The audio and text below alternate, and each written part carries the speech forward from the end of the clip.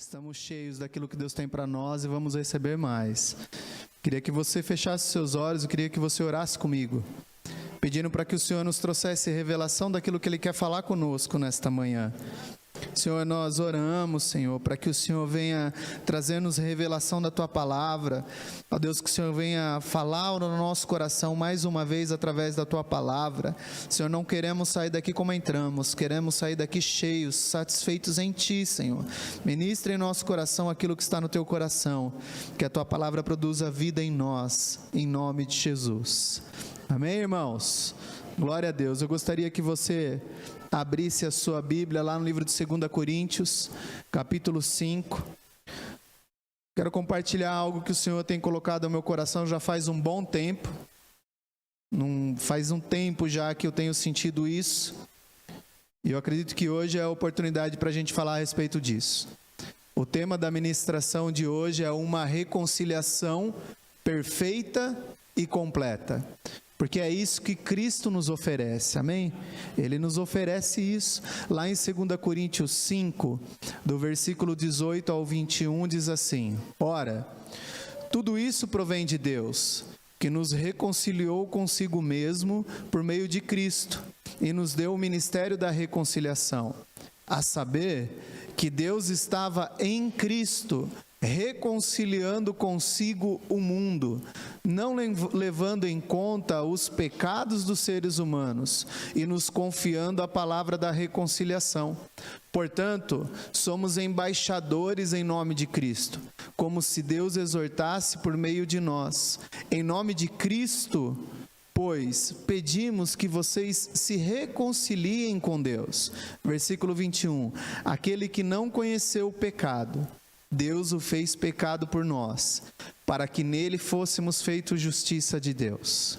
Amém, irmãos? Por enquanto esse versículo aqui, esses versículos, o que nós vimos aqui e que deixa claro, é que a reconciliação é algo exclusivo da parte de Deus. Nós somos reconciliados com Ele porque assim Ele quis. Essa é a vontade de Deus, que o homem seja reconciliado com Ele. Amém, igreja?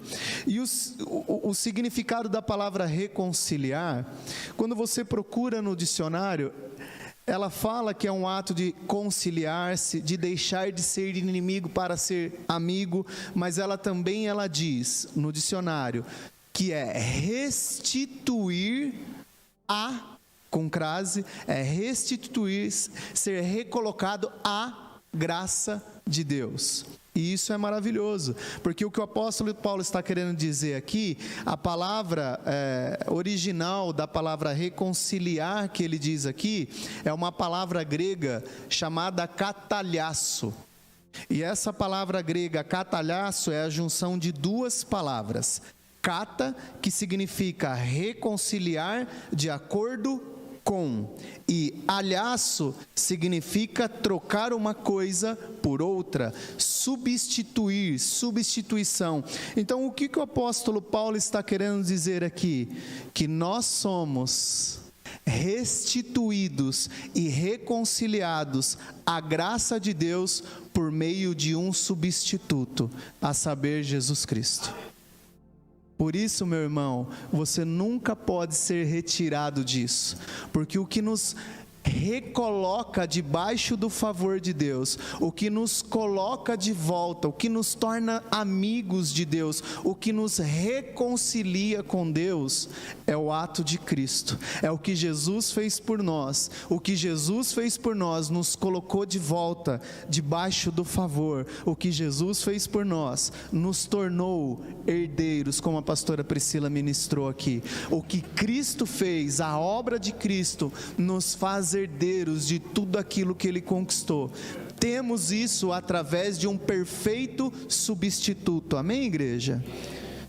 Olhe a sua vida sobre essa ótica do princípio do substituto. Ficou clara essa questão? Eu queria agora convidar você a abrir comigo lá no livro de Lucas. Eu quero falar de uma passagem muito conhecida.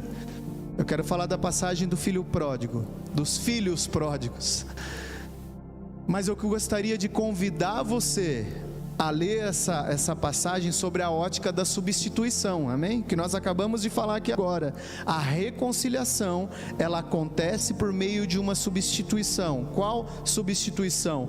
Cristo assumiu a minha condição, para que eu pudesse ser colocado na condição dele. Versículo 21, nós vamos ler mais para frente. Deus o fez pecado, para que eu fosse aceito como filho. Essa é a perfeita substituição, essa é a perfeita reconciliação que somente o Senhor Jesus pode fazer para nós. Só há uma maneira de nós sermos reconciliados com Deus, através do perfeito substituto, Jesus Cristo. Amém, igreja? Lá no livro de Lucas, capítulo 15, no versículo 17, diz assim: caindo em si, ele disse: quantos empregados de meu pai têm comida de sobra, e eu aqui morrendo de fome? Eu me porei a caminho, e voltarei para o meu pai, e lhe direi: Pai, pequei contra o céu e contra ti, não sou digno de ser chamado teu filho, trata-me como um dos teus empregados. A seguir, levantou-se e foi para o seu pai. Estando ainda longe, seu pai o viu, cheio de compaixão, correu para seu filho e o abraçou e o beijou. O filho disse: Pai, pequei contra o céu e contra ti, não sou mais digno de ser chamado teu filho. Mas o pai disse aos seus servos: depressa, tragam a melhor roupa e vistam ele, coloquem um anel em seu dedo e calçados em seus pés, tragam o novilho gordo e matem-no. Vamos fazer uma festa e alegrar-nos, pois este meu filho estava morto e voltou à vida, estava perdido e foi achado. E começaram a festejar o seu regresso. Amém? O que Jesus estava nos ensinando aqui, mostrando para nós, é que a reconciliação em nenhum momento partiu de um filho perdido, mas a reconciliação partiu de um pai que ama o seu filho de uma forma incondicional. O que Jesus mostra para nós é que existe um pai apaixonado, que nos reconcilia com ele, que nos aceita nele, porque Cristo assumiu o nosso lugar. Amém? Vocês estão comigo? Só que para a gente poder explorar mais, eu queria falar um pouco do contexto que ele falou essa parábola. Jesus, antes de falar a parábola do filho pródigo, ele contou outras duas parábolas. Ele contou a parábola da ovelha perdida e ele contou a parábola da dracma perdida. Amém? Vocês estão comigo? Ele contou essas duas parábolas. E aí, quando ele acaba de contar essas duas parábolas, o texto fala assim: e continuou. Por que o texto está falando isso? Porque a parábola do filho pródigo e do irmão do filho pródigo vem para explicar a parábola da ovelha perdida e a parábola da dracma perdida. Obrigado. Quando Jesus ele conta a parábola da ovelha perdida, da dracma perdida e do filho pródigo, ele tinha um público, ele tinha uma plateia ouvindo ele. E dentro dessa plateia existia as ovelhas perdidas e existiam as dracmas perdidas. A plateia de Jesus eram os publicanos e pecadores de um lado, e do outro eram os fariseus e os escribas, os homens santos, os homens tidos como aqueles que eram justos diante de Deus. Então Jesus ele vem e ele conta essa parábola, fazendo uma referência a quem? A ovelha perdida era para gerar um refrigério nos publicanos e nos pecadores, porque os publicanos e pecadores eles não tinham como ser salvos. Era isso que era ensinado ali. Eles eram perdidos. Enquanto que a parábola da dracma perdida aponta para os fariseus, aponta para os escribas, porque as 10 dracmas aponta para os 10 mandamentos, que era a lei mosaica, aqueles que viviam debaixo da aliança mosaica. Então, aqueles que viviam debaixo da aliança mosaica haviam se perdido em seu caminho, por eles estarem vivendo debaixo da religiosidade, por causa deles estarem vivendo uma frieza em seu coração, nem amando ao próximo. Então, quando Jesus ele fala dessas duas parábolas da ovelha perdida e da dracma perdida, ele está falando assim: tanto fariseu, quanto escriba, quanto publicano, quanto pecadores, eles não podem se salvar por si mesmos. Eles não podem ter a reconciliação com Deus pelos seus próprios atos. Tanto que quando acaba a parábola das dracmas perdidas, Jesus ele fala: a festa no céu quando um pecador se arrepende, porque não tem como nós nos reconciliarmos com Deus senão por meio de Jesus Cristo. E era isso que ele estava falando: olha, o publicano, pecador, você não consegue ser aceito se o pai não deixar as 99 ovelhas, se o pai não deixar os 99 justos, se o pai não deixar o filho para ir te buscar, você não tem como ser reconciliado. Na mesma medida ele fala para os escribas e os fariseus: olha, vocês são doutores da lei, homens justos, santos, que conhecem tudo, mas vocês não podem ser encontrados se não for por meio de um intermediador, se não for por meio de um salvador, se não for por meio de um substituto. E glória a Deus que nós temos esse substituto, que nos reconciliou com o Pai, e por isso nós temos direito a tudo aquilo que Cristo conquistou, e hoje nós vamos celebrar isso, amém, igreja? Ficou claro? Então aí, ele conta a parábola do filho pródigo e do seu irmão, mas a gente só vai falar do filho pródigo. E lá no versículo 20, diz assim: a seguir, levantou-se e foi para o seu pai. Estando ainda longe, o seu pai o viu, e cheio de compaixão, correu para o seu filho, e abraçou-o e o beijou. O que nós vemos aqui é que o filho ainda estava longe, e o pai saiu do seu lugar de conforto. O pai saiu da onde ele estava para poder encontrar o filho. Quando Jesus fala que o bom pastor ele deixa as 99 ovelhas, ele estava falando: olha, alguém precisou ser abandonado, alguém precisou ser deixado para que esse que estava perdido fosse encontrado. Alguém precisou ser abandonado para que eu e você fosse encontrado. Amém, igreja? Lá no livro de Isaías, você não precisa ler, eu vou ler rapidinho. Livro de Isaías 53, do versículo 3 ao 5 diz assim, é um texto messiânico falando de Jesus. Foi desprezado e rejeitado pelos homens, o homem de dores e experimentado no sofrimento, como alguém de quem os homens escondem o rosto. Ele foi desprezado e nós o tínhamos em estima. Certamente ele levou sobre si as nossas enfermidades e sobre si levou as nossas doenças. Contudo, o consideramos castigado por Deus afligido e atingido, mas ele foi traspassado por causa das nossas transgressões, ele foi esmagado por causa das nossas iniquidades. O castigo que nos trouxe a paz estava sobre ele, e pelas suas pisaduras nós fomos curados. A troca, o nosso substituto aceitando o nosso lugar. Lá em Mateus 27, 46, falando dessa questão de que Jesus foi abandonado, o Filho foi abandonado para nós sermos encontrados.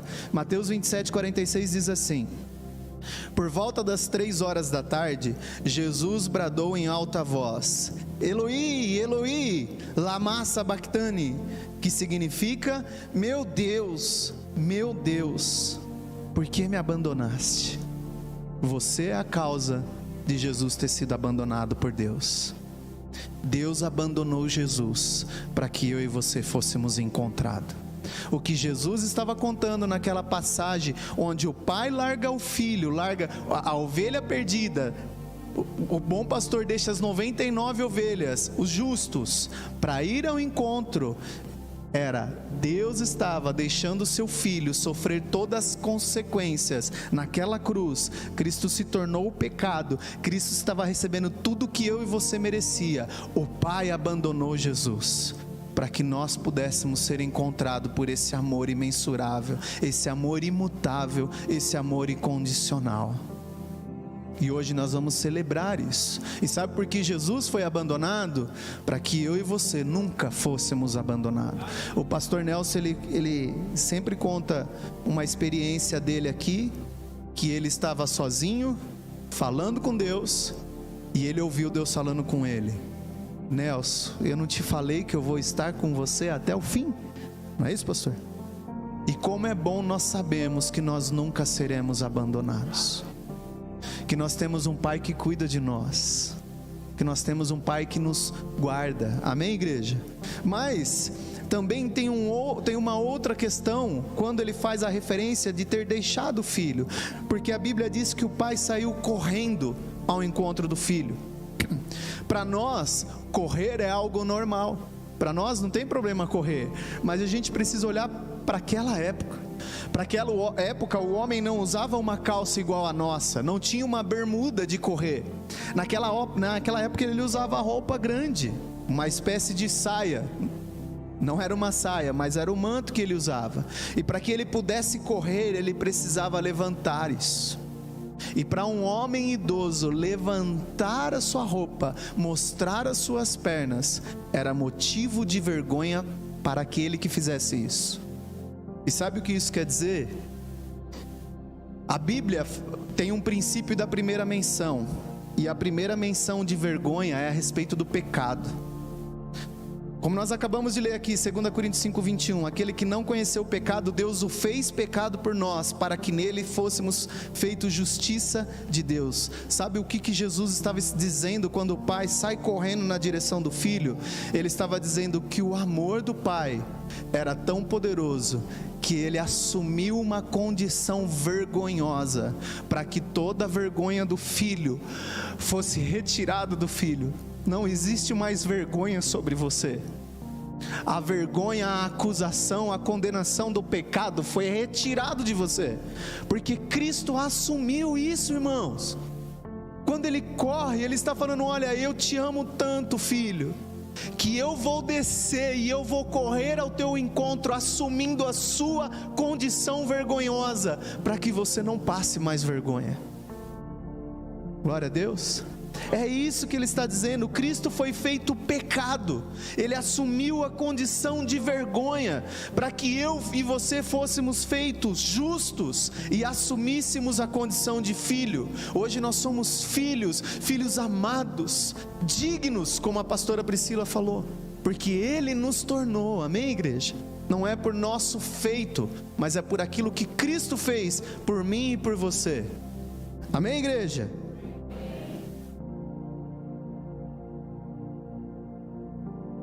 Continuando, aqui nós lemos que Lucas 15:20 fala: o pai correu, e o pai o abraçou e o beijou. Sabe, isso aqui, quando Jesus ele conta essa passagem, isso daqui era o escândalo da graça, isso daqui era o escândalo do amor de Deus, porque o que Jesus estava dizendo era: o Pai santo, puro, limpo, ele assumiu a condição, correu na direção do filho pecador, sujo, imundo, e abraçou esse filho.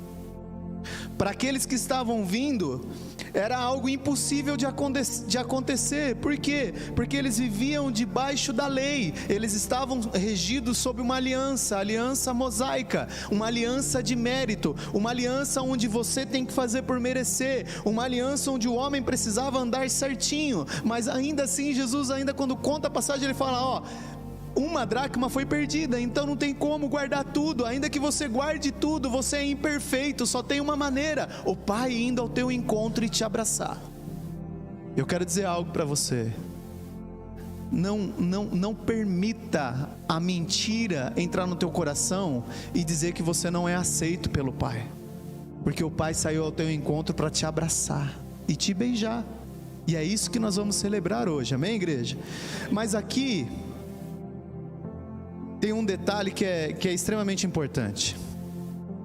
Quando nós abraçamos alguém, quem aqui já abraçou alguém cheiroso, e aí você saiu com o cheiro da pessoa? Alguém aqui já passou por isso? Pois é, porque não tem como você abraçar alguém que está impregnado com um cheiro, e você não levar esse cheiro com você. Não tem como. Se você abraça alguém que está com um cheiro muito forte, um perfume muito forte, a hora que você abraça essa pessoa, você anda, vai para sua casa e fala: nossa, eu abracei o pastor Rodrigo, eu estou sentindo o cheiro dele em mim. Eu já fiz isso com a Suzana, e já falei para a Suzana: o cheiro do Rodrigo está em mim, não sai esse cheiro, ai, sai daqui. Brincadeira, pastor Rodrigo. Mas fica impregnado em nós, amém, igreja? Agora presta atenção, quero ler uma passagem lá em Gênesis, capítulo 19, versículo 12 e 13, que diz assim: que parentes tens tu na cidade? Perguntaram os visitantes de Ló. Tira-os todos deste local, filhos, filhas, genros e mais alguém ainda que tenhas, porque nós vamos destruir completamente essa cidade. Aí vem e fala assim: o mau cheiro pestilento deste sítio chegou ao céu, e o Senhor enviou-nos para destruir tudo isso. O pecado tem um cheiro, e esse pecado que nós tínhamos era fedido. O que nós acabamos de ler aqui, ó, o mau cheiro pestilento. Quando estava falando desse texto, era o cheiro do pecado que estava chegando diante de Deus. E agora olha só o que fala em 1 Pedro 2, versículo 24, diz assim: Ele, Cristo, levou pessoalmente todos os nossos pecados em seu próprio corpo sobre o madeiro, a fim de que morrêssemos para os nossos pecados, e então pudéssemos viver para a justiça. Por meio do intermédio das suas feridas foste curados. Então, nós acabamos de ler em Gênesis que o pecado, ele tem um cheiro. E nós lemos em 1 Pedro que Cristo, ele levou o nosso pecado. E aí lá em 2 Coríntios 2, 14 e 16, fala assim: Deus sempre torna visível a sua graça em Cristo, que nos inclui como parceiros de seu triunfo sem fim. Agora presta atenção: através de nossas vidas, Ele espalha a fragrância, isso é cheiro, do seu conhecimento em todos os lugares que vamos. Aí ele continua: tornamo-nos o aroma inconfundível da vitória do ungido para Deus. Continua: perfume de vida para os que são salvos, e cheiro de morte para os que perecem. Versículo 16, minha versão é um pouco diferente da que está aqui. Os incrédulos cheiram, olha só o que fala: os incrédulos, aqueles que não têm Jesus, cheiram um fedor mortal que leva à morte. Cheira o pecado, e o pecado leva à morte. Mas os crentes, olha o que fala: cheiram o aroma vivificante que leva à vida abundante. Sabe, o pai abraçando o filho, ele estava retirando todo o cheiro do pecado, todo o cheiro da morte, tudo aquilo que produzia morte no filho. Ele tira aquilo do filho, e sobre o filho é colocado um outro cheiro. Toda a morte foi retirada da sua vida, tudo aquilo que cheirava a morte foi retirado de você. Seu casamento está cheirando morte? Olhe para as lentes da substituição. O cheiro da morte no seu casamento não existe mais, foi retirado por Jesus. E sobre o seu casamento, sobre a sua vida, sobre o seu trabalho, sobre a sua empresa, foi colocado um cheiro de vida, e de vida em abundância. Amém, igreja? Essa foi a troca, esse é o nosso substituto. Quando o pai abraça, ele retira tudo aquilo, para que fosse depositado sobre ele um novo perfume. Sobre você exala um outro cheiro. Onde você passa, as pessoas sentem o cheiro de Cristo. Onde você passa, as pessoas sentem o cheiro de vida. Onde você chega, lugares são mudados, porque a vida chega com você. Amém, igreja? Estão comigo? Essa é a troca. E aí ele continua. Versículo 22, ele diz assim: mas o pai disse aos seus servos: depressa, tragam a melhor roupa e vistam nele, coloquem um anel em seu dedo e calçado aos seus pés. Naquela época, nem todos tinham condições de vestir a melhor roupa, mas o pai fez uma questão de pedir uma roupa única, uma roupa exclusiva para aquele filho, para que ele fosse vestido de algo novo. Jesus, João 19, 23, 24, aqui é mais uma troca, aqui é mais uma substituição que deve ser aplicada em nossas vidas. João 19, 23, 24 fala assim: quando os soldados acabaram de crucificar Jesus, dividiram as suas roupas em 4 partes, uma para cada um deles, e disseram, presta atenção no que eles disseram, que isso daqui é importante: não vamos rasgar a túnica dele, porque era sem costura, tecida numa única peça, de alto para baixo. Aí eles continuam: não vamos rasgar a túnica, vamos jogar dados para ver quem ganha o manto. Isso cumpriu a escritura que diz: eles dividiram entre si as minhas roupas e tiraram sorte sobre as minhas túnicas. E foi isso que os soldados fizeram.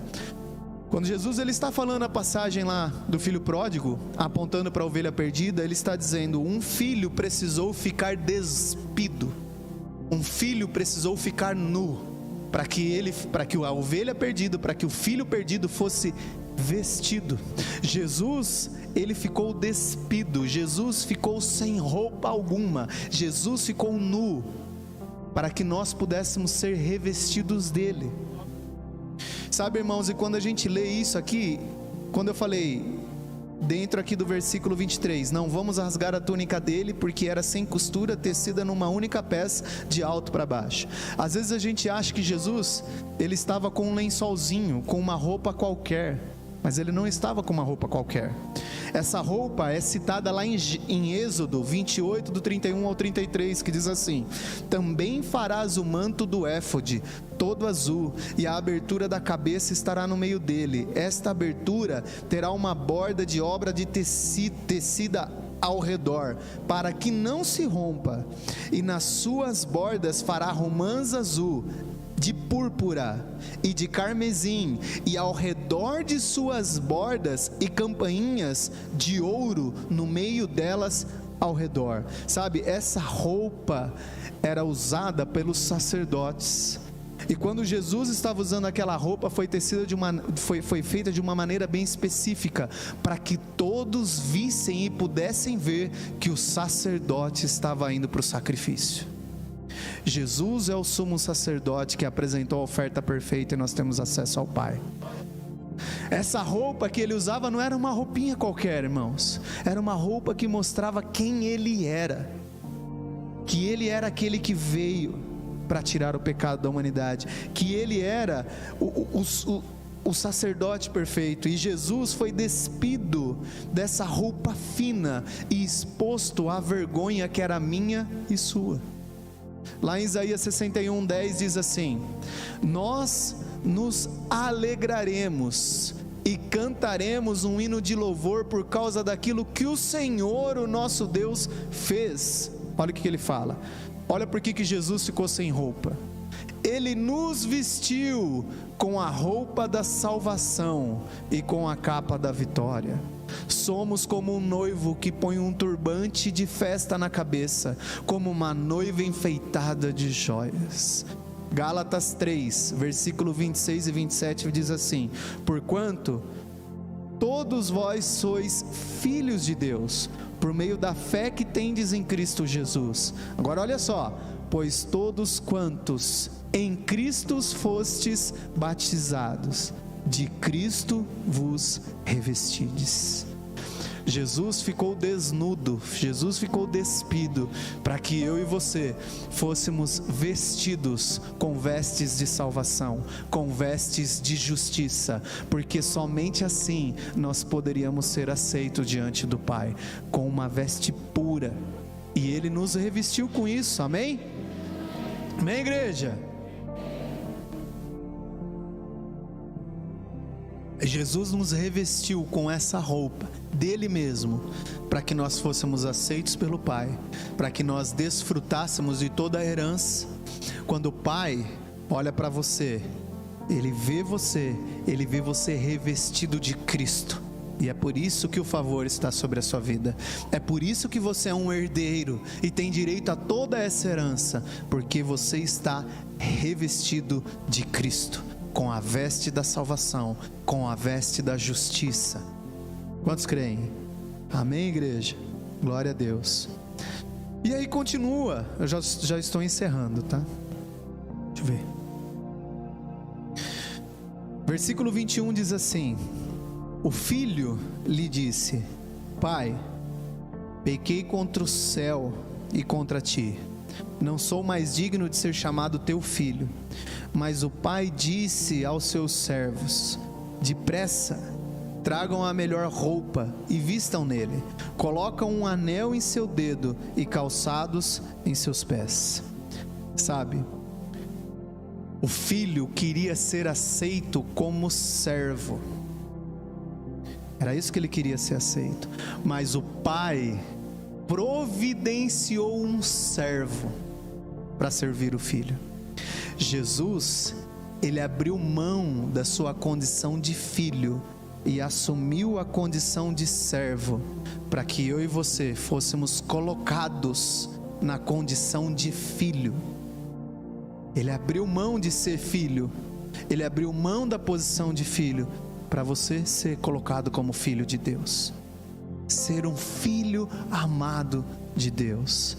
E sabe o que é interessante? Que quando nós falamos de condição de filho e fala de anel e tal e tudo mais, fala de restaurar a condição de filho, mas restaurar a condição da autoridade que o filho tem sobre algo.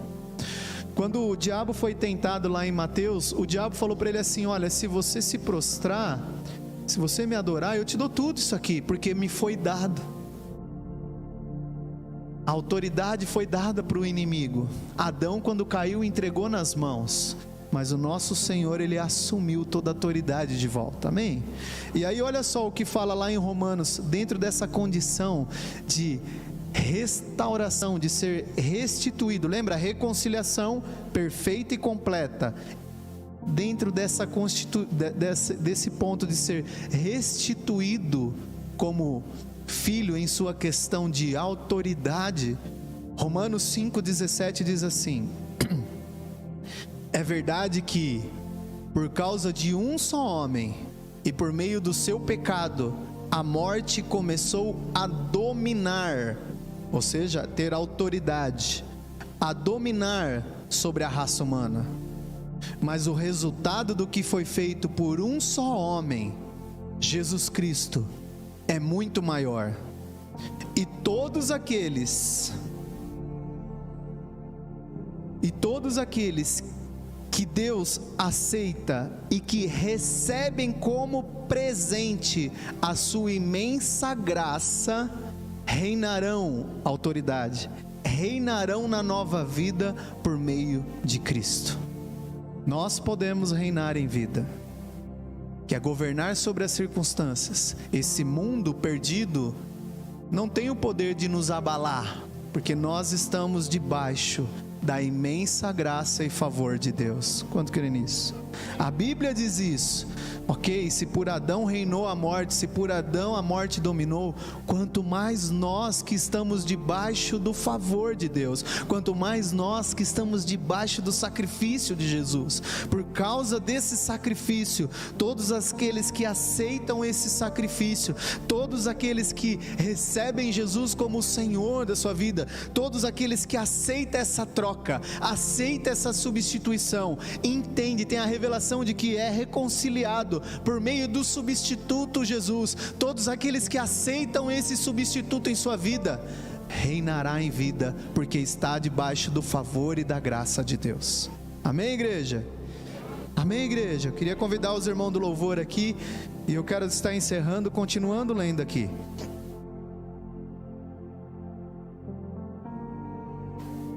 E aí, quando Jesus ele vai terminar a parábola, falando a parte do filho pródigo, falando especificamente a parte da ovelha perdida, ele diz então, versículo 23: tragam o novilho gordo e matem-no, vamos fazer uma festa e alegrar-nos, pois este meu filho estava morto e voltou à vida, estava perdido e foi achado, e começaram a festejar o seu regresso. Aqui, quando Jesus está falando do novilho gordo, ele está falando de um novilho muito específico. Porque o que era o novilho gordo? O novilho gordo era um animal que era separado, e ele era tratado, ele era alimentado para um fim específico. Eles não sacrificavam, eles não utilizavam qualquer novilho, qualquer cordeiro, qualquer bezerro ali. Eles separavam para um fim, para um determinado fim. E o novilho gordo, que Jesus está fazendo referência, era um novilho que era separado, cuidado, tratado, alimentado para ser sacrificado em algumas ocasiões específicas, como uma festa de casamento. Quem é a noiva de Cristo aqui? Como a celebração de um parente que voltou, que era o que tinha acontecido. Quantos são do Senhor aqui, os irmãos do Senhor? Era isso que Jesus estava falando, que Ele era. Lá em 1 Pedro 1, 1 Pedro 1, 18 ao 20 diz assim: pois vocês sabem que suas vidas foram resgatadas de uma vez por todas do modo de vida vazio e fútil, transmitido de geração em geração. Agora presta atenção, não foi um pagamento de resgate de prata e de ouro, que eventualmente perece, mas o precioso sangue de Cristo. Presta atenção, que como um cordeiro sem mancha e sem defeito foi sacrificado por nós. Isso fazia parte do plano de Deus, pois ele foi escolhido. Lembra o novilho gordo? O novilho gordo era escolhido e destinado para um fim. Continuando aqui, ó. Isso fazia parte do plano de Deus, pois ele foi escolhido e destinado para isso antes da fundação da terra, mas ele se manifestou nos últimos dias para vocês. Cristo é o sacrifício, Cristo é o cordeiro, Cristo é o novilho, Cristo é o bezerro gordo que foi preparado antes da fundação da terra para ser sacrificado no meu e no seu lugar. E o que nós fazemos com o novilho quando nós vamos para uma festa? Nós comemos, é ou não é? A gente come, mata o novilho, assa, faz um churrasco, né, Augusto? Churrasquinho, e comemos o churrasco, é ou não é? Não é isso, irmãos? O que isso quer dizer? Desculpa. Cristo, ele foi preparado para ser morto, para que pudéssemos reconciliar essa festa, reconciliar a festa e celebrar a festa da reconciliação do filho perdido. Uma vez que o bezerro, presta atenção, uma vez que o novilho gordo, o bezerro gordo, que é Jesus, ele morre, ele se torna o suprimento para toda a festa. Amém, igreja? Quando mata o cordeiro é o suprimento para toda a festa. Jesus morreu e ele é o suprimento para toda a festa que nós vamos celebrar hoje aqui, que é a ceia. A carne do cordeiro é o alimento da festa de reconciliação. O sangue e a carne, o sangue e o pão que representam o suco e o pão que representa a carne e o sangue é o suprimento para a festa da ceia, que é a festa da minha e da sua reconciliação com o Pai, que foi perfeita e completa através do sacrifício de Jesus. Queria que você ficasse de pé nesse momento, e eu queria que você fechasse seus olhos por um instante. As atitudes do Pai, feche seus olhos. As atitudes do Pai revelam uma história de amor incondicional, de um amor extravagante. Na festa da reconciliação, nós comemos da carne e bebemos do sangue de Cristo, e compartilhamos da sua vida, compartilhamos do seu perdão, da sua perfeita e completa reconciliação e justificação. Nessa festa não tem lugar para o erro, nesta festa não tem lugar para acusação, nessa festa não tem lugar para condenação, nessa festa não tem lugar para isso, porque Cristo morreu e levou a condenação, levou a acusação, para que pudéssemos celebrar com alegria. para que pudéssemos festejar com alegria. Quando nós tomamos a ceia, nós celebramos com alegria o nosso perfeito substituto, celebramos com alegria a perfeita e completa reconciliação que nós temos em Cristo Jesus. Aleluia! Com seus olhos fechados, queria que você fechasse. Quero dizer para você que essa reconciliação só é possível quando você permite o substituto entrar na tua vida. Essa reconciliação, você ser recolocado debaixo da graça e do favor de Deus, só é possível quando Jesus entra na sua vida. Jesus é a chave para você entrar debaixo do favor. Jesus é a chave que abre a porta do céu. Jesus é aquele que te coloca na condição de filho. Jesus é aquele que levou o seu pecado, o cheiro do pecado, Ele levou com Ele naquela cruz, Ele levou no madeiro aquela cruz. Jesus foi envergonhado para que você não passasse mais vergonha. Jesus morreu para que você tivesse vida. Jesus levou a maldição sobre Ele para que você recebesse a bênção, a herança que o céu tem para aqueles que são filhos dEle.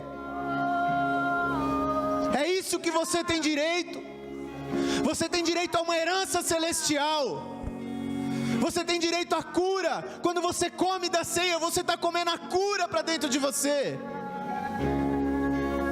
Só que isso só é possível quando entregamos a nossa vida para Ele. Não tem outro meio. O caminho para a reconciliação tem um nome: Jesus. E nessa manhã, eu queria dar a oportunidade para você que talvez cansou, eu quero substituir minha vida, eu quero trocar, eu quero aceitar esse substituto para ter direito a tudo isso, porque só tem direito quem é filho, e só é filho quem aceita essa perfeita troca, quem aceita essa reconciliação, entregando a sua vida para Jesus. Se nesta manhã tiver alguém que queira entregar a sua vida para Jesus, aceitar essa reconciliação e se tornar herdeiro de toda essa herança, eu queria orar por você.